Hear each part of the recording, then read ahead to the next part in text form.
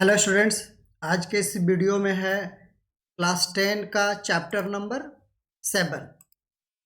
इसमें हम डिस्कस करने वाले हैं इंट्रोडक्शन पार्ट को, और जो हमारा टॉपिक है कोऑर्डिनेट ज्योमेट्री है।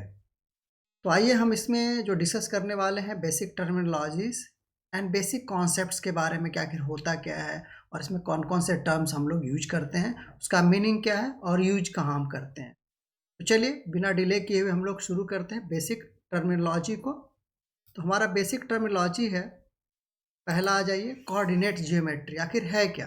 समटाइम्स इसको हम लोग एनालिटिकल ज्योमेट्री भी बोलते हैं। तो जस्ट डेफिनेशन है कि it is the branch of mathematics that usage A coordinate system for study है ना geometrical shape, their property and their relationships. It combines algebra and the geometry, allowing for the representation of geometric objects such as points, lines and curves using equation. कहने का मतलब है कि इसमें जो हम लोग है ना, कोई भी समझ सकते हैं कि जैसे कोऑर्डिनेट ज्योमेट्री आपको पहली बार शायद देख रहे होंगे, है ना। इससे पहले आपने ग्राफ ड्रॉ किया होगा ना, तो ग्राफ पर हम लोग डिफरेंट डिफरेंट पॉइंट्स को रिप्रेजेंट करते थे। जैसे सपोज करते हैं कि 2 3 रिप्रेजेंट करना है, ठीक है। तो एक्स एक्सिस में 2 हम लोग जाते थे, 1 2, और इधर की ओर 1 2 3। तो सपोज कर रहे हैं कि ये पॉइंट है हमारा, ठीक है। इस पर हम लोग 2 3 को रिप्रेजेंट कर रहे हैं। तो अभी तक हम लोग यही सीख रहे थे, लेकिन क्या आपको पता है कि इसके थ्रू हम लोग ग्राफ को रिप्रेजेंट करते हैं और डिफरेंट डिफरेंट शेप्स को भी रिप्रेजेंट माने स्टडी कर सकते हैं, लाइक ट्रायंगल्स, है ना, क्वाड्रिलेटरल, स्क्वायर, है ना, बहुत सारे शेप्स को, ठीक है। तो आइए, तो इन ए नटसेल हम लोग बोल सकते हैं कि coordinate geometry has been developed as a algebraic tools for studying geometry of figures. It helps us to study geometry using algebra and understand algebra with the help of geometry. Clear है? यानी कहने का मतलब है, इसको reverse में भी आप समझ सकते हैं। अलजेब्रा से हम ज्योमेट्री बनाते हैं, ज्योमेट्री के थ्रू अलजेब्रा को समझते हैं। कभी कभी अगर डाउट होता है तो हम लोग दोनों को यूज करते हैं। क्लियर है? तो अभी आपका ये बेसिक है, इनिशियल लेवल पर है। तो जस्ट हमें इसमें जो टॉपिक पढ़ना है, एक्चुअली 2 ही पढ़ना है। एक पढ़ना है डिस्टेंस फार्मूला एंड दूसरा पढ़ना है सेक्शन फार्मूला। फिर भी हम थोड़े थोड़े बेसिक्स आइडिया ले लेते हैं कि क्या है और क्या नहीं है। तो चलिए आगे बढ़ते हैं हम लोग। अगला टॉपिक क्या है, देखिए कोऑर्डिनेट सिस्टम क्या होता है। तो कोऑर्डिनेट सिस्टम जो होता है एक framework of defining the position of A point. The most common system is the Cartesian coordinate system consisting of 2 perpendicular axis. अब देख लीजिए, यहाँ पर आपको एक जो दिखाया जा रहा है ना, कोऑर्डिनेट प्लेन भी बोलते हैं हम लोग, लेकिन ये जो है कार्टेशियन, कार्टेशियन एक्चुअली डिकार्टेशियन है ना, डिकार्टे शायद नाम था, है ना। उन्हीं के थ्रू ये बना था, उन्हीं का ये इसमें रोल है, इसलिए कार्टेशियन उन्हीं को डेडिकेट किया गया। एनीवे, हम उतना डिटेल में नहीं जा रहे हैं, है ना। तो अभी हम लोग जस्ट जानना चाहते हैं कि आखिरकार होता क्या है। अब देखिए यहाँ पर ये जो हम रिप्रेजेंट करते हैं, आपको आइडिया होगा, इसे हम रिप्रेजेंट करते हैं एक्स एक्सिस, जो कि हॉरिजॉन्टल एक्सिस होता है। ये जो होता है वर्टिकल एक्सिस, जिसको हम लोग वाई से रिप्रेजेंट करते हैं, वाई एक्सिस से। क्लियर है? लेकिन सिर्फ इतना ही नहीं करते हम लोग क्या करते हैं, अब देखिए इधर ये हमारा है ना, ये ऑरिजिन होता है ना। देखिए ऑरिजिन का डेफिनेशन भी है, the point where the X axis and Y axis intersect denoted by 0 0। ठीक है, यानी कि ये ऑरिजिन है, ये है ना, ये जो पॉइंट है जहाँ पर एक दूसरे को क्रॉस कर रहा है, ये ऑरिजिन हो गया। ऑरिजिन से अगर हम लेफ्ट हैंड साइड को मूव करते हैं, ये निगेटिव हमारा एक्स एक्सिस होता है, और जब हम डाउनवर्ड मूव करते हैं तो ये हमारा निगेटिव वाई एक्सिस, जिसको हम वाई डैश और एक्स डैश से रिप्रेजेंट करते हैं। अगर हमें लिखना होगा तो कैसे लिखेंगे, चलो जैसे सपोज करते हैं कि ये 1 है, ये 2 है, ठीक है। सपोज कर रहे हैं ये 3 भी है। फिर इधर की ओर अगर लिखेंगे तो ये लिखेंगे -1, ये -2, और ये क्या हो जाएगा हमारा -3, निगेटिव में जाएगा। इधर की ओर अगर लिखना है, एक पॉजिटिव है, निगेटिव निगेटिव है, तो -1, ये है -2, ये -3। ऊपर की ओर अगर ऐसे जाते हैं तो 1, ये 2, ये 3, ये 4। क्लियर? ऐसे ही ऊपर की ओर जाएंगे, जितना हमारी रिक्वायरमेंट होगी उसके हिसाब से हम लोग इसको बड़ा और छोटा हम लोग ड्रॉ कर सकते हैं। तो पॉइंट्स क्या होता है, ये पॉइंट्स जो होता है generally defined by the coordinates, X coordinate and Y coordinate. जैसे सपोज कर रहे हैं कि यहाँ पर एक डॉट आपको दिख रहा होगा, ये इस डॉट का अगर हमें कोऑर्डिनेट लिखना है तो क्या लिखेंगे? तो सबसे पहले जो होता है कि ऑर्डर को हम फॉलो करते हैं, यानी हमें पहले एक्स एक्सिस को लिखना है, उसके बाद हमें वाई एक्सिस को लिखना है। एक्स एक्सिस क्या है? 2, एक्स एक्सिस की वैल्यू देखिए यहाँ पर 2 है, और यहाँ पर देखिए ये क्या है हमारा, ये 4 पर है। तो ये हो गया, अगर इस पॉइंट का हमें कोऑर्डिनेट बताना है तो क्या हो जाएगा? 2, 4। क्लियर है? अब आ जाइए आगे, आगे भी कुछ टर्म्स हैं, धीरे धीरे समझेंगे एक एक टर्म को। इतना क्लियर हो गया सबको? अब आइए अगला टर्म। अब देखिए एब्सिसा एंड ऑर्डिनेट, ये क्या होता है? अब देखिए कि ये जो दो टर्म हैं, एब्सिसा क्या है? एब्सिसा जो होता है एक्चुअली कार्टेशियन प्लेन में हम जो ड्रॉ करते हैं, एक्स कोऑर्डिनेट का पॉइंट को हम लोग एब्सिसा बोलते हैं, ठीक है, जबकि वाई कोऑर्डिनेट के पॉइंट को हम लोग ऑर्डिनेट बोलते हैं। क्लियर? अब जो है यहाँ पर अगर हम लिखते हैं किसी भी चीज़ को, सेम हम जो प्रीवियस में हमने देखा उसी हम एग्जांपल को यहाँ भी समझने की कोशिश करते हैं कि जैसे सपोज कर रहे हैं इसको हम लोग 2, 4 से रिप्रेजेंट कर रहे थे इस पॉइंट को। क्लियर? ये जो पॉइंट हमारा है ना, यहाँ पर आप ड्रॉ भी कर सकते हैं 1, 2, इधर की ओर 1, 2, 3 एंड ये 4 है, ये 5 आगे लिख सकते हैं आप, है ना। ऐसे जितना रिक्वायरमेंट उतना हम लोग इसको ड्रॉ करते हैं। ये पॉजिटिव एक्स, ये पॉजिटिव वाई, ये निगेटिव एक्स डैश और ये निगेटिव वाई डैश। क्लियर है? अब इधर निगेटिव वैल्यूज होते हैं, ठीक है। अब जैसे सपोज करते हैं कि अब इसमें अब शीशा कौन है, तो अब शीशा की वैल्यू क्या है? 2, जिसे हॉरिजॉन्टल डिस्टेंस बोलते हैं। यानी कहने का मतलब है कि अगर इस पोजीशन की हम बात कर रहे हैं तो हॉरिजॉन्टल डिस्टेंस वाई एक्सिस से यहाँ तक का डिस्टेंस अगर हम निकालें तो कितना निकलेगा? 2 यूनिट होगा। तो अगर कोई अगर शहर होता तो 2 किलोमीटर होता, 200 किलोमीटर होता, ठीक है, डिपेंड करेगा। और अगर हमें इसकी वैल्यू यहाँ इसकी पोजीशन को भी जानना है तो अगर ऑर्डिनेट के केस में हम देखेंगे कि वर्टिकल डिस्टेंस क्या है, कहाँ से? वाई एक्सिस से यहाँ तक का वर्टिकल डिस्टेंस कितना है? तो देखिए ये 4 रिप्रेजेंट करेगा, तो ये जो है 2 एंड 4, तो यहाँ पर क्या हो गया? 2 एब्सिसा हो गया हमारा, जो कि यहाँ पर हम दिखा रहे हैं, और 4 क्या हो गया हमारा? ऑर्डिनेट हो गया। तो क्लियर है? तो जो फर्स्ट वैल्यू होता है एक्स की वैल्यू को हम लोग एब्सिसा बोलते हैं एंड वाई के वैल्यू को हम लोग क्या बोलते हैं? ऑर्डिनेट। ठीक है, ये भी टर्म शायद क्लियर हो गया सबको। नेक्स्ट चलते हैं, एक और टर्म आता है हमारे पास, क्वाड्रेंट्स। क्वाड्रेंट्स क्या है?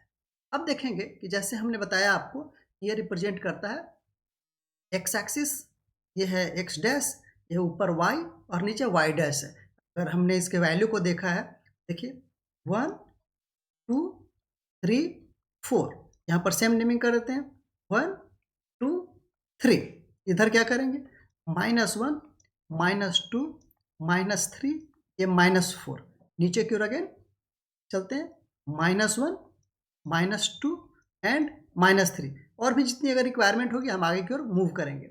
अब देखिए यहाँ पर 4 क्वाड्रेंट हैं। पहला ये देखिए, ये जिसमें क्या होता है एक्स और वाई दोनों पॉजिटिव है। देख लो, ये इस एरिया में अगर कुछ भी पड़ेगा यहाँ पर, अगर आप इसको समझो एरिया से, इस एरिया में अगर कुछ भी पड़ेगा, एक्स भी पॉजिटिव है और वाई भी पॉजिटिव है। क्लियर? जैसे फॉर एग्जाम्पल इसके लिए आप समझ सकते हो कि जैसे हमें लिखना है 2, 3, किस क्वाड्रेंट में पड़ेगा हमारा? नेचुरली फर्स्ट क्वाड्रेंट में पड़ेगा, क्योंकि दोनों क्या है, एक्स भी पॉजिटिव और ये भी पॉजिटिव। वैल्यू कहाँ पड़ेगा? यहाँ पर। ठीक है, यहाँ पर इसको हम रिप्रेजेंट करना है 2, 3। क्लियर है? तो अगर 4, 1 लिखना है तो 4, 1 कहाँ पर पड़ जाएगा? यहाँ पर। ठीक है, जैसे सपोज करें अगला हमें लिखना है 4, 1। क्लियर है? तो कहाँ पर पड़ेगा हमारा? फर्स्ट इसे पड़ेगा, है ना, फर्स्ट क्वाड्रेंट्स में पड़ेगा। नेक्स्ट वन, अब हम चलते हैं सेकेंड क्वाड्रेंट्स की ओर। सेकेंड क्वाड्रेंट में क्या होता है? अब देखो यहाँ पर एक्स तो सॉरी वाई तो पॉजिटिव है, लेकिन एक्स की वैल्यू निगेटिव है। जैसे सपोज कर रहे हैं, सेम हम लेते हैं कि अगर हमें रिप्रेजेंट करना है -4, 2। ठीक है, तो -4 एक्स का हमें -4 लेना है, तो -4 किधर है? हमारे ऑरिजिन से, दिस इज द ऑरिजिन, और ऑलरेडी वो लिखा हुआ है, बार बार यहाँ नहीं लिखेंगे, वो इज द ऑरिजिन। ऑरिजिन से हम लेफ्ट हैंड साइड की ओर जाएंगे, -4 यहाँ पर, -4 एंड 2। ये अब देखिए पूछ देगा कि -4 एंड 2 किस में पड़ेगा भाई? तो क्वाड्रेंट्स 2 में पड़ेगा। सिमिलरली अगर आपको देखना है ना, -3 एंड 2, -3 एंड 2, ठीक है, तो अभी देखिए यहाँ पर आएगा, ये भी किस में पड़ रहा है, सेकेंड क्वाड्रेंट्स में। क्लियर।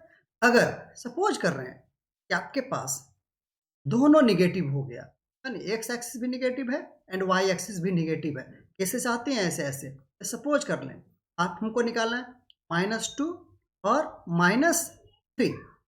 क्लियर। तो -2 एंड -3 को कहाँ रिप्रेजेंट करेंगे, देखिए यहाँ पर ये है, ठीक है, ये हमारा रिप्रेजेंट करेगा -2 एंड -3, ठीक है, -2 एंड -3 को रिप्रेजेंट करा किस क्वाड्रेंट में भी, तो हमारा थर्ड क्वाड्रेंट्स में है। अगर अगला केस हम देख सकते हैं यहाँ पर, फोर्थ जो क्वाड्रेंट की बात कर रहे हैं वो क्या होगा, इसमें देखिए कि हमारे पास एक्स तो पॉजिटिव होगा लेकिन वाई निगेटिव होगा। इसमें होता है क्या, एक्स पॉजिटिव होगा जैसे 4 और हमें -2 रिप्रेजेंट करना है, तो 4 एंड -2 कहाँ आएगा, यहाँ पर आएगा, देखिए। क्लियर। तो ये हो गया हमारा 4 -2 का क्वाड्रेंट्स। क्लियर। तो इस ढंग से आप समझ सकते हैं कि ये भी हमें जानना बहुत जरूरी है, कौन सा हमारा पॉइंट या कौन सा हमारा वैल्यू किस क्वाड्रेंट्स में आता है, किस क्वाड्रेंट्स में पड़ रहा है। तो जनरली कोऑर्डिनेट प्लेन को हम लोग इसी 4 क्वाड्रेंट्स में डिवाइड करते हैं। ये हमारा हमारा 1 जो फर्स्ट होता है, दूसरा सेकंड, इस साइड वाला थर्ड, एंड ये जो होता है हमारा फोर्थ क्वाड्रेंट कहलाता है। इसका बहुत ज़्यादा यूज है ना, आगे जब आप आगे के क्लासेस में जाएंगे तो इसका बहुत हम यूज करते हैं ना, एंगल्स को समझने में भी यूज करते हैं और वैल्यू को भी समझने में ये बहुत ज़्यादा हेल्पफुल होता है। ये हमारा कॉन्सेप्ट बहुत ज़्यादा क्लियर होना चाहिए। अब जो है आगे हम देखते हैं, तो ये हमारे बेसिक टर्मिनोलॉजी है, इतना तो आइडिया होना चाहिए, इसके थ्रू ही हम लोग कोऑर्डिनेट ज्योमेट्री को आगे समझेंगे। अब आ जाइए अगला। अगला कहता है जो हमें जो सबसे इम्पॉर्टेंट है, जो कि इस कह सकते हैं कि इस चैप्टर का क्या है, एक तरह से मतलब इम्पॉर्टेंट स्टेट टॉपिक है। क्लियर। इसी पर पूरा का पूरा क्वेश्चन हमारा बेस्ड है और इसके बगैर आप कोऑर्डिनेट ज्योमेट्री को सॉल्व ही नहीं कर सकते, समझ ही नहीं सकते। क्लियर है। तो ये हमारे लिए सबसे ज़्यादा जरूरी है। यहाँ पर ये ऑलरेडी हमारे पास डायग्राम बना हुआ है, तो अब सपोज कर रहे हैं कि हमें निकालना है कि P एंड Q के बीच का डिस्टेंस क्या है। क्लियर है। या नॉर्मली आप ऐसे भी चल सकते हैं कि है ना, कि अगर हमें कोई डिस्टेंस ऑरिजिन से भी निकालना है ना, तो हम इस कोऑर्डिनेट के बेस पर हम दोनों P और Q के बीच का डिस्टेंस कैसे कैलकुलेट करेंगे। यहाँ पर आपको दिख रहा होगा कि ये कुछ भी नहीं है, देखो P क्यू टी, अगर आप देख रहे हो तो एक क्या बन रहा है, राइट एंगल ट्रायंगल बन रहा है। ठीक है। अब देखिए हमें पता क्या होगा एक्चुअली। अब देखो हमें जो पता होता है रियल में, x1 पता है, y1 पता है, x2 पता है और y2 पता है। क्लियर है। अब जो है अगर हमें निकालना है तो कैसे निकालेंगे इसका, तो इसका बुक में एक्चुअली प्रूफ भी दिया हुआ है। तो अदरवाइज हम सिर्फ अगर फार्मूले की बात करें तो हमारे पास जो फार्मूला होता है जो हम लोग यूज करते हैं जनरली, जैसे हमें निकालना है पी क्यू, ठीक है, इसी का यूज है एक्चुअली, है ना। बुक में कभी कभी प्रूफ पूछ देता है लेकिन हम लोग प्रूफ भी देख लेते हैं वैसे। तो देखिए इसका सिंपल सा बात है, x2 माइनस x1 का स्क्वायर प्लस क्या हो जाएगा हमारे पास यहाँ y2 माइनस y1 का स्क्वायर का होल रूट। तो इससे हमारा क्या निकल जाएगा, पी क्यू की वैल्यू, जो कि हमारा डिस्टेंस फार्मूला कहलाता है। ठीक है। इससे पहले हम लोग इसको थोड़ा सा है ना, बुक में एक्चुअली दे रखा है, समझा रखा है कि कैसे इसको हम लोग प्रूफ कर सकते हैं। ठीक है। तो ये जो है हमारे पास सपोज करते हैं कि ये पी और क्यू हमारा जो ग्रीन लाइन आपको यहाँ पे दिख रहा है ये रहेगा और दिया रहा है कि डिस्टेंस निकालिए। तो हम कंस्ट्रक्शन करते हैं अलग से, है ना। यहाँ से हमने क्या किया, परपेंडिकुलर लाइन ड्रॉ कर दिया, क्या कि भाई क्यू एस ड्रॉ कर दिया। ठीक है, एक्स एक्सिस पर, और ये है हमने पी आर हमने लाइन ड्रॉ कर दिया नीचे वाई एक्सिस पर, सॉरी एक्स एक्सिस पर, सॉरी एक्स एक्सिस पर। अब आ जाइए कि हमें निकालना है, तो अब सपोज कर रहे हैं यहाँ पर कि देख लेते हैं, लेटस प्रूव कर ले रहे हैं, लेटस क्या हो जाएगा हमारे पास, 2 पॉइंट्स, 2 पॉइंट्स P क्या है हमारा, x1 y1, clear, and Q x2 y2। ठीक है। Draw draw P R and QS. QS perpendicular to the axis x, to the axis, ठीक है। हमने ये ड्रॉ कर दिया ना, ये देखिए ये वाला जो लाइन है हमने ड्रॉ किया है। एक्चुअली सीधा लाइन नहीं होता इसलिए मैंने पहले से बना रखा है, ठीक है। एंड QS, ठीक है, ये अब ऐसे हमने लाइन ड्रॉ किया है, बाद की बात है, एक कंस्ट्रक्शंस का पार्ट है, ठीक है। ये पहले हमारे में नहीं है उपलब्ध। देखिए टेढ़ा हो जाता है एक्चुअली, अगर आप है ना पेन से ड्रॉ कर रहे होते तो थोड़ा बहुत आगे पीछे हो जाता है, और जब है ना स्लाइडिंग पेन्स होते हैं तो उससे थोड़ा सा और भी ऐसा लगता है टेढ़ा मेढ़ा। क्लियर? तो हमें सिर्फ समझना है एक्चुअली, है ना, हमें वो नहीं देखना है ना टेढ़ा मेढ़ा है या क्या है। Now A perpendicular from P point, A perpendicular हम लोग P पॉइंट से ड्रॉ करते हैं, है ना। ए परपेंडिकुलर, ये समझ में आता है, ए परपेंडिकुलर फ्रॉम द पॉइंट, ठीक है, ऑन QS, ठीक है। हमने QS अभी ऑलरेडी बनाया है, उस पर भी हमने क्या किया, एक परपेंडिकुलर ड्रॉ कर दिया ऐसे। इससे क्या हुआ कि हमें एक राइट एंगल ट्रायंगल यहाँ पर मिल गया, है ना। Drawn QS is drawn to meet it at point T, clear है? अब जो है, अब देखिए नाउ अब देखिए फिगर से हम देख लेते हैं। ओ आर अगर सपोज करते हैं यहाँ से यहाँ तक का वैल्यू क्या है, x1, पता ही है ना, x1 है ना, ये x1 ही को तो रिप्रेजेंट कर रहा है, x1 को यहाँ से यहाँ तक, और ये यहाँ से y1, तभी तो ये पॉइंट x1 y1 है, क्लियर। एंड OS देखिए OS को रिप्रेजेंट कर रहा है x2, क्लियर। सो RS अगर हमें निकालना है, R से S के यहाँ से यहाँ तक का डिस्टेंस, तो क्या हो जाएगा, x2 माइनस x1। अब देखिए कि RS और PT दोनों बराबर है, इसी को हम लोग PT भी लिख सकते हैं, क्लियर है। तो PT और ये दोनों बराबर ही है, x2 माइनस x1, क्लियर। अब ऑल्सो, है ना, ऑल्सो फॉर x हम लोग मूव करते हैं y एक्सिस के लिए, तो y एक्सिस के लिए क्या हो जाएगा, SQ, ठीक है। हमारे पास S एंड Q क्या है, XQ जो हमारे लिए है उसका वैल्यू है y2 और ST, है ना, ST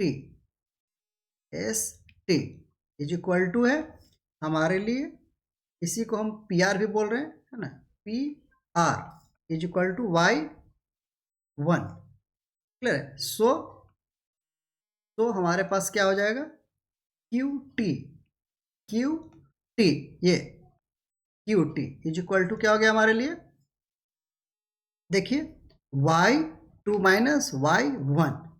अब यहाँ पर आप देख लो, ये हमें पता है, ये वाला वैल्यू कितना आ गया भाई, QT, ये हो गया हमारे पास y2 माइनस y1, और ये हो गया हमारे पास ये वाला वैल्यू, ठीक है, ये हमारे पास हो गया x2 माइनस x1, ठीक है, जो कि हमारे पास PT आया, ठीक है।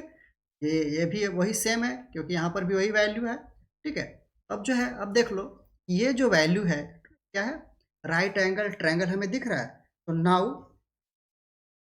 नाउ क्या हो जाएगा, by Pythagoras theorem, by Pythagoras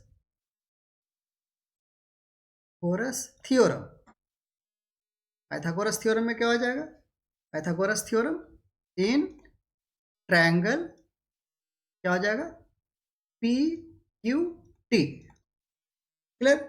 we get अब आ जाइए यहाँ पर लगा दीजिए, PQ square is equal to PT square plus QT square.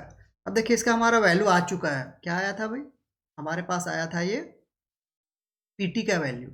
PT यहाँ से देख लीजिए, यहाँ पर पीटी का वैल्यू है और यहाँ पर हमारे पास क्यूटी का वैल्यू आ रखा है।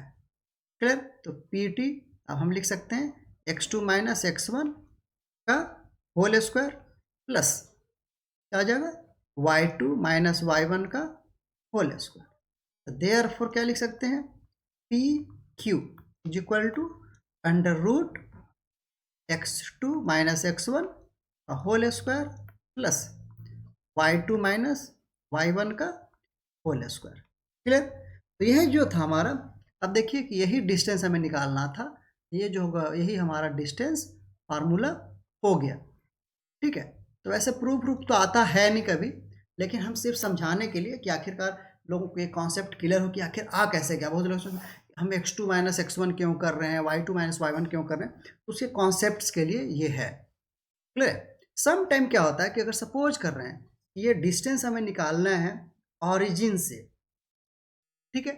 ऑरिजिन में क्या हो जाएगा, आप देखेंगे कि ऑरिजिन में हमारा कोई एक वैल्यू, जैसे सपोज कर रहे हैं कि डिस्टेंस वो कैसे बन जाएगा हमारे पास, देख लेते हैं एक बार थोड़ा सा आगे, है ना। वो जो हमारा केस बन जाएगा ऐसा बन जाएगा कि जैसे हमें डिस्टेंस निकालना है, एक कोऑर्डिनेट बना लेते हैं पहले। ठीक है? ये कोऑर्डिनेट है और ये हमारा ऑरिजिन है ओ। क्लियर? अब जो है हमें निकालना है, जैसे एक पी पॉइंट है एक्स एंड वाई। क्लियर? अब देखेंगे कि यहाँ पर ये ऐसे हो गया, हमें ये डिस्टेंस निकालना है कि ये डिस्टेंस कितना है फ्रॉम द ओ। क्लियर? कुछ नहीं करना है, ओरिजिन का कोऑर्डिनेट लिख दीजिए 0 0। क्लियर? और अप्लाई कर दीजिए डिस्टेंस फार्मूला। अब जो है डिस्टेंस फार्मूला क्या कहता है, नाउ, है ना, ये स्पेशल केस एक्चुअली होता है ना, और अगर इसको आप प्रूव भी कर सकते हैं तो नाउ डिस्टेंस क्या हो जाएगा, O P is equal to, अब जो है आप क्या करो ना, ऑरिजिन को x1 मान लेते हैं और ये जो है x को जैसा वैसे रहने देते हैं।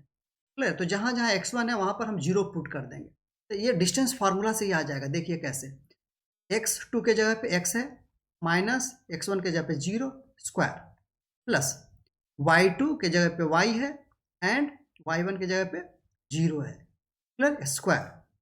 क्लियर? तो इज इक्वल टू क्या हो गया हमारे पास, x square plus y square. तो कहने का मतलब है कि बहुत से लोग इसमें कंफ्यूज होते रहते हैं कि ऑरिजिन से तो कभी बताया नहीं गया ना, बताया पढ़ाया गया।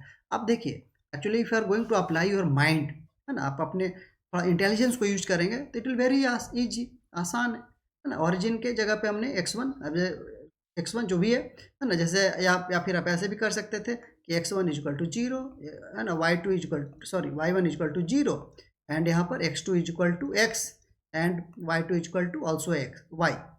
ठीक है? तो इस ढंग से जब वैल्यू पुट कर देंगे, जो प्रीवियसली हमने डिस्टेंस फार्मूला पढ़ा, तो वहाँ पर ये ऑलरेडी इसी ढंग से ये प्रूफ हो जाएगा। तो इसके लिए हमें बहुत ज़्यादा दिमाग लगाने की ज़रूरत नहीं है और ना ही से हमें ज़्यादा सोचना है। अब जो है, जो आपके सिलेबस का पार्ट है एप्लीकेशंस, है ना, बहुत सारे जो क्वेश्चंस हैं आपके, वो है कि प्रूव करिए कि ट्रायंगल जो है इक्विलैटरल ट्रायंगल है, आइसोसेलेस ट्रायंगल है, जो पॉइंट्स हैं 4 पॉइंट्स हैं वो एक स्क्वायर बना रहे हैं, तो उसके कंडीशंस हमें थोड़ा थोड़ा समझना होगा। आइए हम पहले देख लेते हैं क्या है आगे। आगे है कि जैसे कोलिनियरिटी, यस सबसे इंपॉर्टेंट है कोलिनियर। अब देखिए कोलिनियरिटी को समझने के लिए आप समझो कि जैसे हमारे पास एक ये है पी पॉइंट्स एक लाइन में सपोज कर रहे हैं। ठीक है? ये हमारे लिए ए है, क्लियर है, ये हमारे लिए बी है, क्लियर, और ये हमारे लिए सी है। ठीक है? तो ये जो है हम कहेंगे कि दे आर, है ना, इन सेम लाइन, है ना, point A, point B and point C are in same line. Clear है? तो उसके लिए जो हमें कंडीशन सेटिस्फाई करना पड़ेगा, वेरीफाई करना पड़ेगा, वो क्या करना पड़ेगा कि सबसे पहले हमें निकालना होगा, तो हमें निकालना होगा पहले डिस्टेंस ऑफ ए बी। ठीक है? इसका कुछ कोऑर्डिनेट होगा, है ना, जैसे सपोज करते हैं x1 और y1 है, ये है हमारा x2 और ये है y2 और ये है x3 एंड ये है y3। ठीक है? तो सबसे पहले क्या करेंगे, डिस्टेंस ऑफ ए बी निकाल लेंगे। ठीक है? Distance between A and B. Clear है? फिर distance between A B and C, ये क्या हो जाएगा, distance between B and C. इतना काम कर लेंगे हम लोग। फिर उसके बाद जो है डिस्टेंस बिटवीन ए सी, अगर एक ही लाइन में होंगे तो ये दोनों के सम के बराबर होगा, है ना। तो ये क्या होना चाहिए, ये जो होना चाहिए distance between A and C, distance between A B plus distance between B C. अगर ये इक्वेशन या ये जो है हमारा सेटिस्फाई हो रहा है तो इसका मतलब है कि जो हमारा 3 पॉइंट्स हैं are in the same line और कोलिनियर। क्लियर। ये हमने ऑलरेडी बहुत चीज़ों को समझ रखा है और इसको हम समझ रखें, इसी ढंग से हम इसको आगे प्रूव करेंगे। जब भी क्वेश्चन आएगा तो सबसे पहला स्टेप होगा दोनों डिस्टेंस निकालना, A B, B C and A C का डिस्टेंस, और चेक करेंगे कि ए सी का जो डिस्टेंस है A B plus B C के डिस्टेंस के बराबर है या नहीं है। अगर नहीं है तो कोलिनियर नहीं होगा, अगर ये डिस्टेंस बराबर है दोनों के सम के बराबर तो क्या होगा, वो क्या हो जाएगा, कोलिनियर हो जाएगा, है ना। जैसे आपको भी आप डायग्राम से भी clear, A B plus B C equal to A C होना चाहिए, तभी ये एक लाइन में है, अदरवाइज थोड़ा भी अगर ऊपर नीचे होंगे तो एक लाइन में आएंगे ही नहीं वो। अगर दोनों के सम का वैल्यू छोटा है या बड़ा है तो। ठीक है, अब आगे आ जाइए, अगला एप्लीकेशन देखते हैं। अब देखिए ट्रायंगल, कभी कभी पूछ देता है कि 3 points form a closed figure और ए ट्रायंगल। ठीक है, तो इसके लिए हम लोग क्या करते हैं, कोलिनियरिटी को प्रूव करते हैं। अगर वो कोलिनियर नहीं है ना तो एनी हाउ वो ट्रायंगल बनाएगा, चाहे कितना भी हल्का सा गैप क्यों ना हो। जैसे सपोज कर रहे हैं, है ना, ये है और हल्का सा यहाँ पर है, यहीं पर है। ठीक है, अब देखिए ना एक ट्रायंगल बना लेगा अपने आप। ठीक है, जैसे ऐसे थोड़ा सा एंगल बनेगा वो, जैसे ए बी एंड सी, चाहे कितना भी चिपक कर क्यों ना, यहाँ पर ही अगर यहाँ पर एक इन दोनों और भी हम क्लोज ले रहे हैं तो ऊपर भी एक छोटा सा ट्रायंगल तो बनेगा ही बनेगा। ठीक है, ऐसे। तो कहने का मतलब है कि ये ट्रायंगल होगा, ये आपको तब है ना एक स्ट्रेट लाइन और कर्व्ड लाइन टाइप का दिख रहा होगा, लेकिन ऐसा नहीं है। जब आप इसको स्केल से ड्रॉ करेंगे छोटा सा ट्रायंगल बनेगा ही बनेगा। यानी कहने का मतलब है कि हमें जब भी ट्रायंगल प्रूफ करना है, ट्रायंगल हमें प्रूफ करना है तो वी हैव टू शो ये जो है कोलिनियर नहीं है ना। अगर आप कोलिनियरिटी का प्रूफ नहीं कर पा रहे हैं इसका मतलब है कि वो क्या है, ट्रायंगल बनाएगा ही बनाएगा। क्लियर। तो ये आप स्टेप्स देंगे कि ट्रायंगल प्रूफ करने के लिए हम लोग कोलिनियरिटी ऊपर वाला जो हमने पढ़ा है ना, प्रूफ देखेंगे कि दोनों इक्वल है या नहीं है, 3 साइड्स, यानी कि A B plus B C is not equal to A C होना चाहिए। ठीक है, अगर ये होगा तो इसका मतलब है तो क्या है, ट्रायंगल फॉर्म करेगा। ठीक है, अगर अगर क्या हो जाएगा कि अगर A B plus B C is equal to A C अगर हो जा रहा है तो दे आर कोलिनियर। ठीक है, ये हम जो कि हमने प्रीवियस स्लाइड में या प्रीवियस में हमने देख लिया।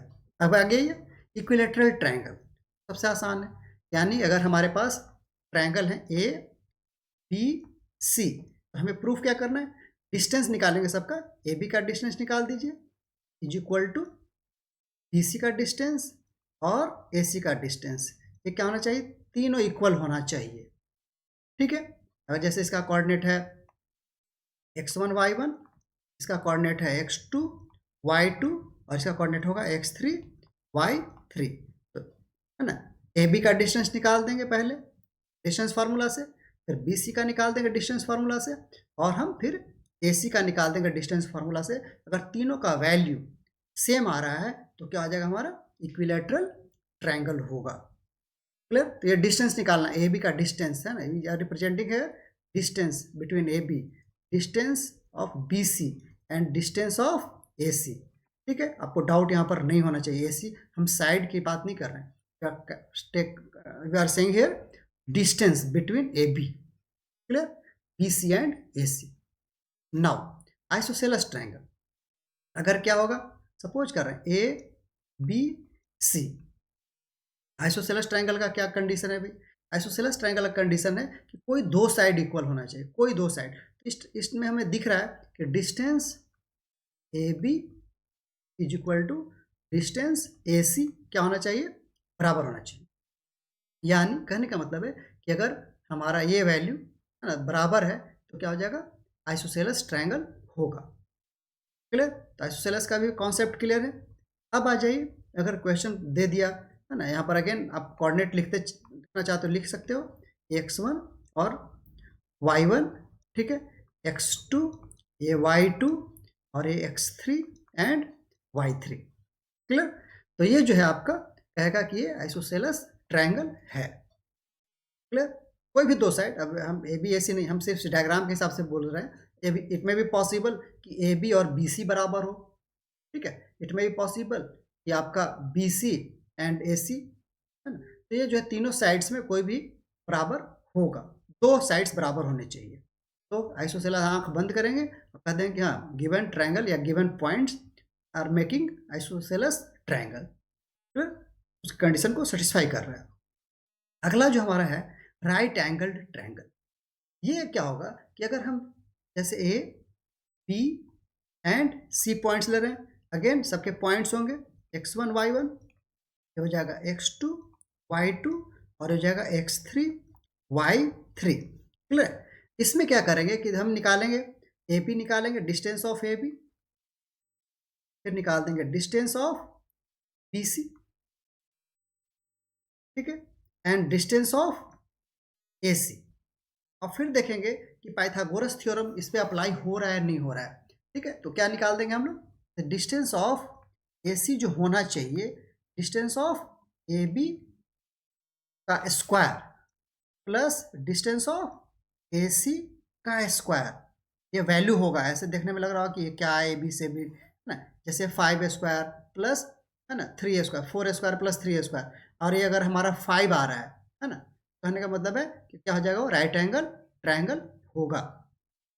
जैसे आपने डिस्टेंस निकाला, ठीक है, ये आ गया हमारा 4, ठीक है, फिर से डिस्टेंस इसका निकाला, ये 3 आ रहा है, ठीक है, और ए सी का डिस्टेंस 5 आ रहा है। क्लियर है? तो आप इसको वैल्यू पुट कर दो इसमें, है ना। अगर वैल्यू पुट करके ए सी के बराबर आ रहा है यानी 5, देखिए ये आ रहा है, जैसे ये 4 स्क्वायर प्लस 3 स्क्वायर, 9 स्क्वायर, यहाँ 4 स्क्वायर करेंगे प्लस 3 स्क्वायर कर देंगे, जैसे यहाँ पर 4 स्क्वायर कर दिया, यहाँ पर 3 है। हम इमेजनरी एक्चुअली सॉल्व कर रहे हैं, है ना, ऐसा होगा नहीं एकदम एग्जैक्ट। अब सपोज करते हैं क्या हो गया ये 5, ठीक है, और ये हमारा ए सी भी निकाल करके 5 आ रहा कोऑर्डिनेट के हिसाब से, तो क्या हो गया, कहते हैं कि it is a right angle triangle, यानी पाइथागोरस थ्योरम यहाँ पर फॉलो हो रहा है, ठीक है। अब आ जाइए रेक्टेंगल्स। रेक्टेंगल्स का केस कभी कभी पूछ देगा, है ना, कि 4 points are there so that ये जो है एक रेक्टेंगल है। इसके लिए क्या करेंगे, आप देखेंगे कि 2 साइड्स इक्वल होगा, 2 अपोजिट साइड इक्वल होंगे, है ना, ए बी सी डी। उसमें कभी कभी देता है क्या ना कि ए बी सी डी का जो नेमिंग है इन ऑर्डर में है। क्लियर? तो अब देखिए A B is equal to D C होना चाहिए, है ना, A B is equal to D C, है ना, सब डिस्टेंस फार्मूला से निकलेगा ये सारा का सारा। एंड क्या हो जाएगा, A D is equal to B C, ये आना चाहिए। एंड जो सेकंड कंडीशन क्या आएगा, A C is equal to D B, ठीक है। तो ये भी हमारा कंडीशन अप्लाई होगा। तो ये अगर है तो क्या है, रेक्टेंगल है, ठीक है। इसमें सबके कोऑर्डिनेट इस ढंग से होंगे, x1 y1, ये सपोज कर x2, ये y2 हो जाएगा, x3 ये y3, ये x4 एंड y4, ठीक है। तो इस ढंग से आपके सारे वैल्यू होंगे।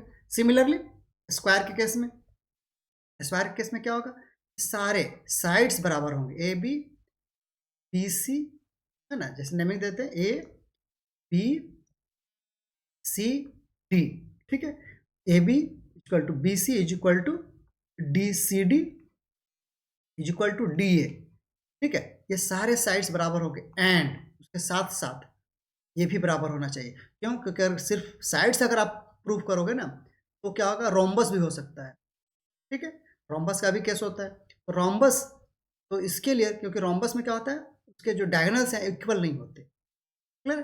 तो ये जो है आपको प्रूफ करना पड़ेगा स्क्वायर के लिए, and A C is equal to P D, ठीक है। अगर ये आप प्रूफ कर पा रहे हो तो इसका मतलब है कि गिवन जो हमारा पॉइंट्स है वो एक स्क्वायर फॉर्म कर रहा है या स्क्वायर है। क्लियर? वो क्वेश्चन में आप देखेंगे जब हम लोग आगे क्वेश्चंस को सॉल्व करेंगे तब, ठीक है। अगला आ जाइए, पैरेललोग्राम, यही मैं बोल रहा था।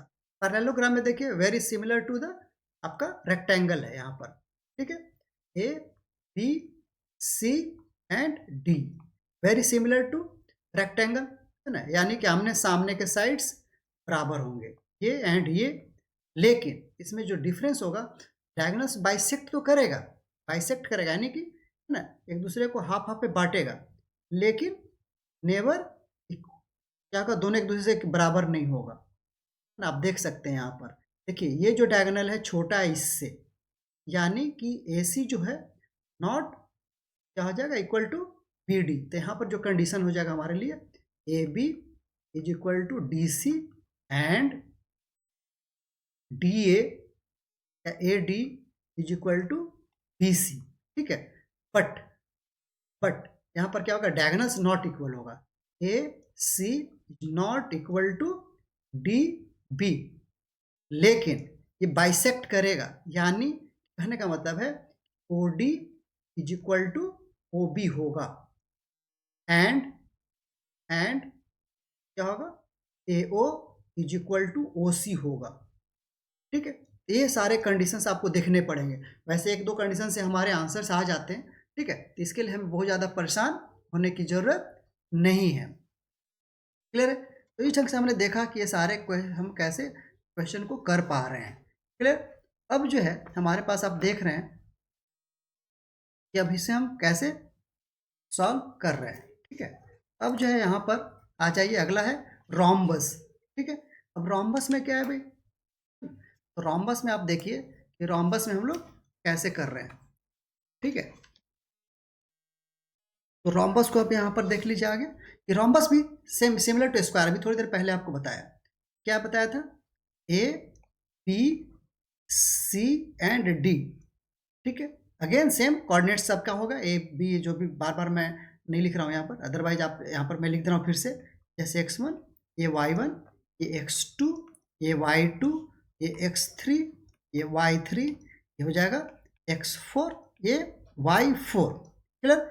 अब जो है इसका क्या कंडीशन है, इसका भी है, ये जो है देखिए very similar to square, AB is equal to BC is equal to CD is equal to AD, ठीक है। ये सारे के सारे इक्वल तो होंगे, ठीक है, लेकिन इसके भी डायगोनल्स क्या होंगे, बराबर नहीं होंगे, है ना, बराबर नहीं होंगे, आपको दिख रहा भी रहा होगा, जैसे यहाँ का डायगोनल देखिए ड्रॉ करके छोटा है देन द दिस डायगोनल, ठीक है, लेकिन अगेन क्या होगा, यहाँ पर भी AC is not equal to क्या आ जाएगा, BD, लेकिन बट ये भी क्या करेगा, बाइसेक्ट कर रहा है, यानी कि OB is equal to OD and AO is equal to OC होगा, ठीक है। तो आप इसको भी निकाल करके ऐसे प्रूव कर सकते हैं, क्लियर। तो इस ढंग से आप समझ सकते हो कि कैसे इसका एप्लीकेशन है, और डिफरेंट शेप्स को आइडेंटिफाई करने में, डिफरेंट शेप को बनाने में ये हेल्प करता है हमें, क्लियर है। तो इसीलिए ये जो है बहुत इंपॉर्टेंट है अभी आपके लिए, सिर्फ जो है क्योंकि डिस्टेंस फार्मूला और सेक्शन फार्मूला ही सिर्फ पढ़ना है, तो इसीलिए आप बस सिर्फ यही दो पर कॉन्सेंट्रेट करें और इन सब एप्लीकेशंस को, अदरवाइज आगे इसका बहुत ज़्यादा यूज है। चलिए आगे देखते हैं, सेक्शन फार्मूला, क्लियर। अब सेक्शन फार्मूला जो है हमारे लिए बहुत ही इंपॉर्टेंट टॉपिक है। अब जो है यहाँ पर आप देखो कि कैसे करना है इसको, क्लियर। अब जो है यहाँ पर आप देख सकते हो, इसके लिए भी हम क्या कर सकते हैं, है ना, सिमिलर ट्रायंगल का इसमें हम अप्लाई करेंगे, क्लियर, और ये हमें जो है सॉल्व हो जाएगा। यहाँ पर जैसे हमें निकालना है कि पॉइंट P जो है XY क्या कर रहा है, A और B को डिवाइड कर रहा है M1 और M2 रेशियो में, क्लियर। तो हमें कभी कभी क्या होता है, इसके वैल्यूज को निकालने होते हैं और इसके वैल्यू के हिसाब से हम इसको इस पर काम करते हैं, ठीक है। तो आइए देखते हैं कि सबसे पहले, है ना, फार्मूला क्या होता है एक्चुअली, है ना। तो फार्मूला मैं इधर लिख दे रहा हूँ, वैसे प्रूव करके आखिरी में लिखा तो सबसे बेटर होगा, ठीक है। तो प्रूव ही कर लेते हैं, वैसे फार्मूला तो आपको एक लाइन में आ जाएगा, क्लियर है। तो इसको हम लोग पहले प्रूव करने की कोशिश करते हैं कि कैसे होता है, ठीक है। सपोज कर रहे हैं यहाँ पर, है ना, सपोज क्या हम लेते हैं, A हमारा पॉइंट है, x1 एंड y1 ले रहे हैं, एंड बी, बी भी पॉइंट है ना, एंड बी x2 y2 है, क्लियर है। एंड एज्यूम ए पॉइंट, एक पॉइंट और एज्यूम कर लेते हैं, कौन, P एक्स वाई, क्लियर है। क्या कर रहे हैं, divides internally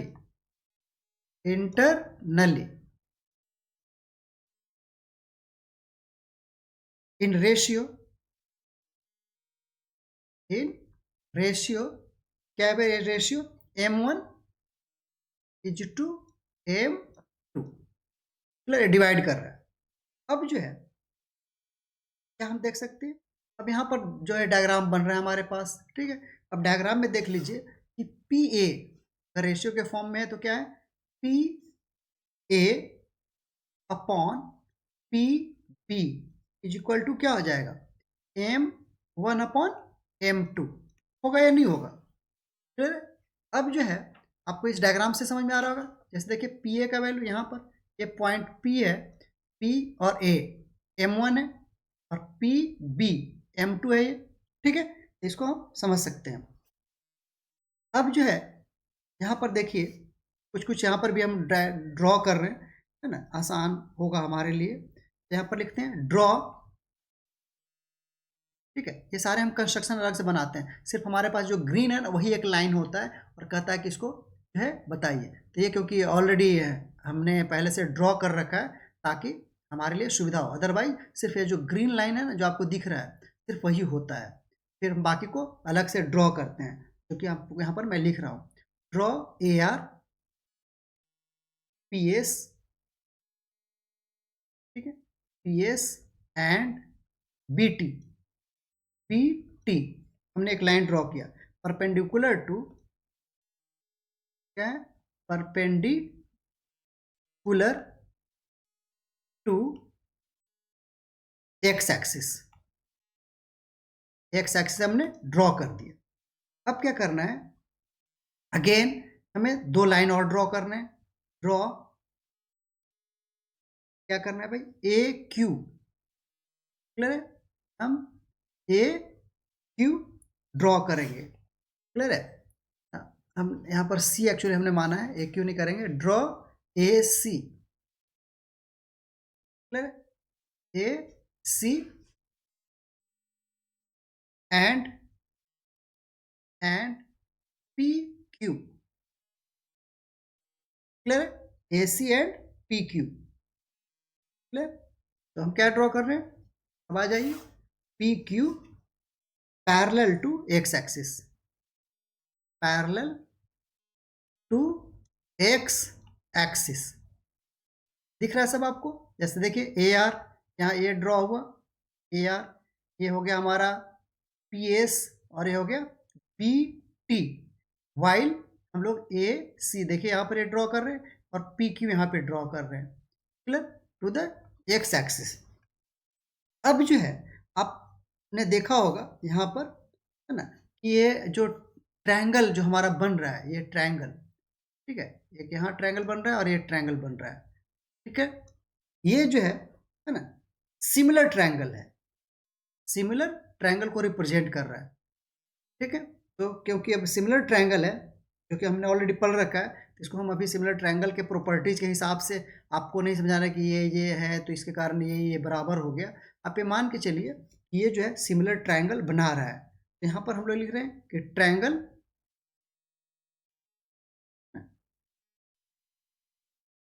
P A Q similar to triangle BPC, BPC, ठीक है। बाकी आप जब हम लोग सिमिलर ट्रायंगल डिस्कस करेंगे तो उसके सारे प्रॉपर्टी को डिस्कस करेंगे, ठीक है। तो कैसे ये हमारा सिमिलर ट्रायंगल है, ठीक है। तो अभी के लिए हम मान लेते हैं ये सिमिलर ट्रायंगल है, देखने से भी लग रहा है कि सिमिलर ट्रायंगल बन रहा है, क्लियर। अब आ जाइए आगे हम देखते हैं कि तो हमारे पास क्या आ जाएगा, तो देयरफॉर अब देख लीजिए P A, P A, P A upon P B is equal to Q A, हमारे पास हो जाएगा, है ना, हमारा क्यू ए। क्लियर है? तो हमारे पास हो जाएगा क्यू ए हमारा नहीं ना, ए सी है, sorry, A C upon P Q is equal to, देखिए ये वाला ए सी और इसका ये बराबर हो जाएगा इज इक्वल टू,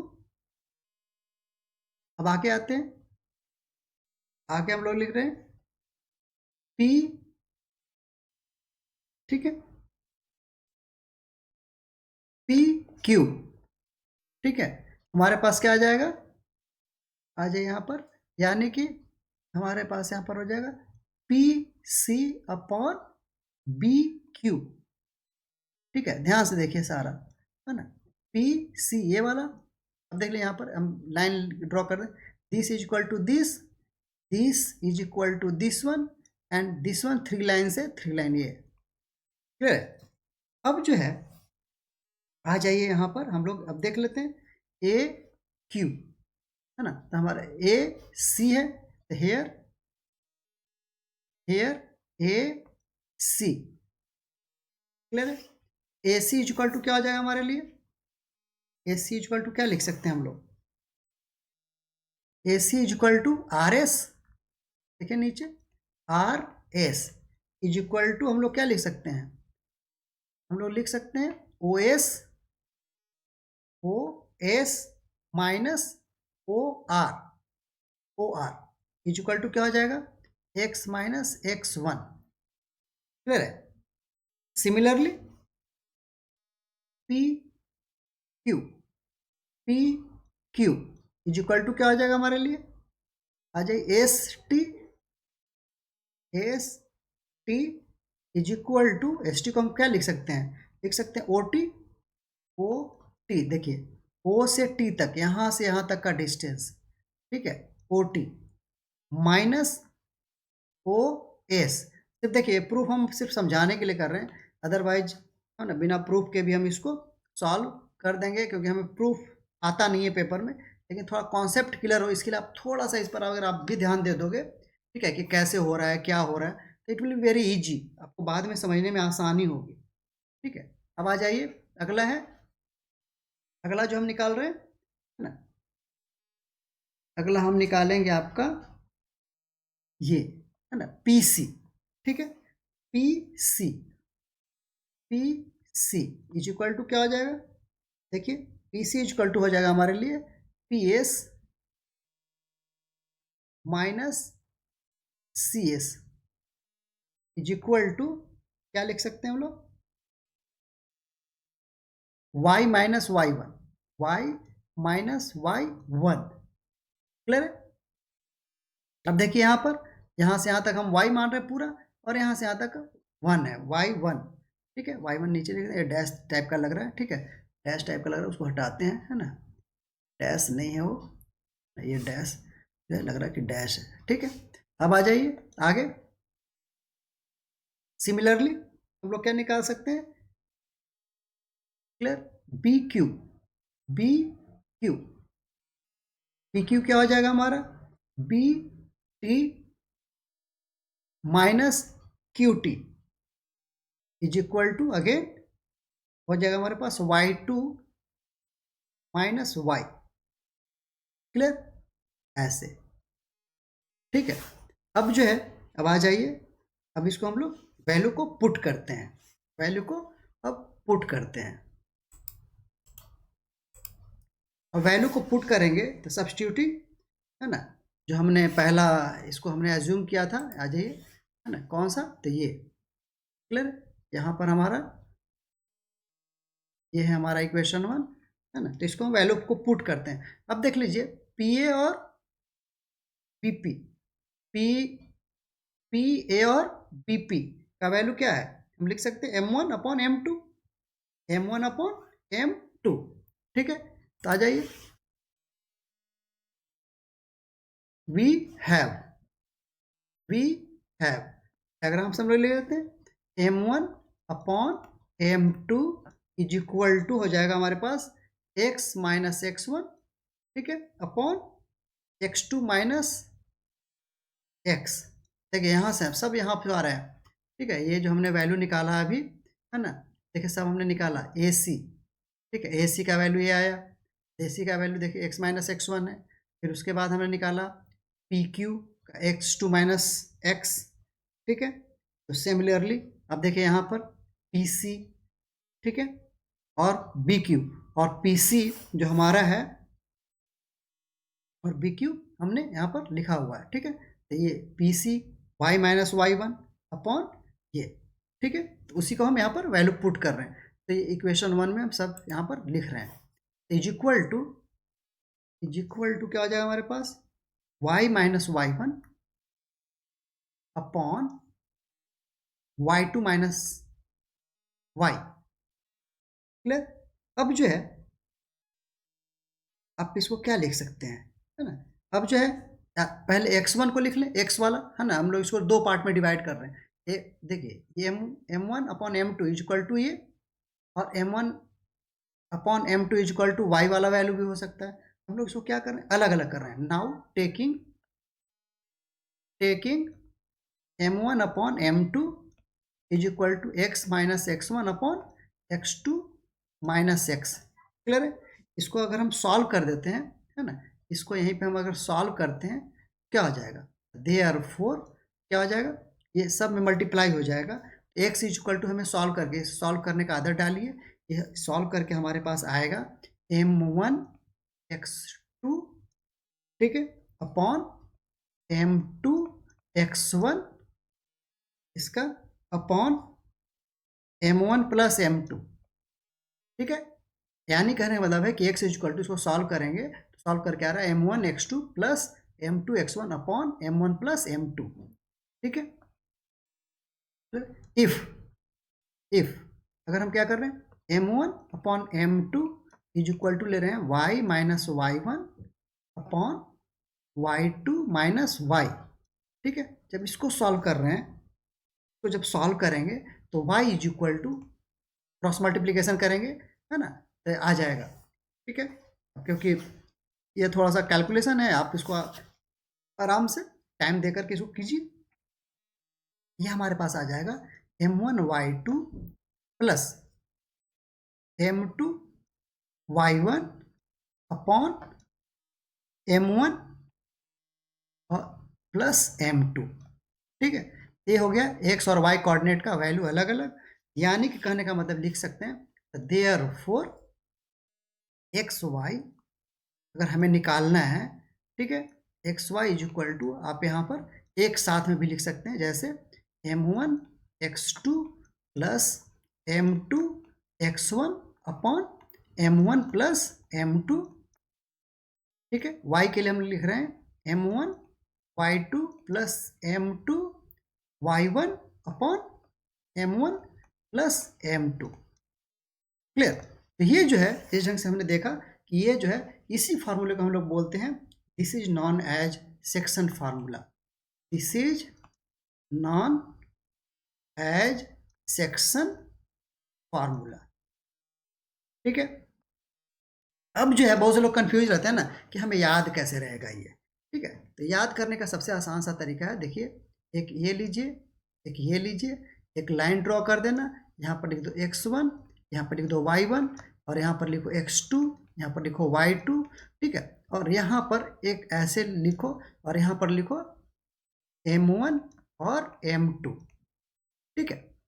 अब देखो m1 को जब भी मल्टीप्लाई करना है तो इधर वाले से करना, और m2 को जब भी मल्टीप्लाई करना है तो इधर वाले से करना, ठीक है। अब देख लो कभी गड़बड़ाओगे नहीं, ठीक है। ये आप समझ सकते हो कि निशाना लगाने वाला है, ठीक है। एरो से निशाना लगाइए, और m1 जो हमेशा निशाना लगाएगा x1 y1 पे लगाएगा, m2 लगाएगा x1 y1 पर, और m1 हमेशा निशान लगाएगा x2 y2 पर, ठीक है। अब x का पार्ट होगा तो x वाला सिर्फ लिखेंगे, जैसे फॉर एग्जांपल देखो m2, ठीक है, m2 x1 plus m1 x2 upon m1 plus m2। अगर y पे निशाना लगाना है m1 y2 plus m2 y1 upon m1 plus m2। तो याद करने के लिए आप ऐसा निशानेबाजी याद रखोगे, है ना, तो आसान दिखेगा, है ना। तो याद करने के लिए है वो तरीका, है ना। बहुत से लोग फार्मूला भूल जाते हैं सारा कुछ, तो कोई फार्मूला भूलने वाली नहीं है। ये जो आप अगर एक्सप्लेनेशन भी याद अगर आपको है ना, तो ये जो एक्सप्लेनेशन अभी किया है हमने जस्ट फॉर द आपके कॉन्सेप्ट बिल्डिंग के लिए किया है। अदरवाइज सिर्फ, है ना, आपके काम का जो है सिर्फ ये है, सिर्फ ये, इतनी ज़्यादा हमें समझने और जानने की ज़रूरत नहीं है। क्लियर? तो इतना से हम क्या कर सकते हैं कि सारे क्वेश्चन को सॉल्व कर सकते हैं। लेकिन एक चीज़ और जान लेंगे, कभी कभी क्या होता है हमें पूछता है, ठीक है, कि रेशियो क्या होगा। तो रेशियो के लिए जब भी आप एज्यूम करना, तो रेशियो जब भी हो तो एज्यूम करोगे क्या, k/1 हमेशा एज्यूम करना, क्या ना, the line segment divided in the ratio k/1। जब भी क्वेश्चन पूछे कि उसका हमें रेशियो बताइए, तो रेशियो में k/1 लेना इंस्टीड ऑफ m1 m2। इसमें क्या होगा कि आपका कैलकुलेशन घट जाएगा और k का वैल्यू जो होगा 2/7 3/2 के आंसर्स में आएगा। तो जब आंसर्स आएगा तो अपने आप देख लो कि 2/7 यानी कि 2:7 का रेशियो है। लेकिन बहुत से लोग क्या करते हैं, है ना, कि जो लाइन सेगमेंट डिवाइडेड इन, है ना, ratio m1 into m1 and m2। तो उसमें क्या होता है कि m1 m2 उनके पास सामने दो वेरिएबल्स आ जाते हैं और उसको सॉल्व करते करते वो कहीं ना कहीं गलती कर देते हैं। तो जब भी सेक्शन फार्मूला में अगर रेशियो निकालना हो तो रेशियो केस में हमेशा लेना आप k/1।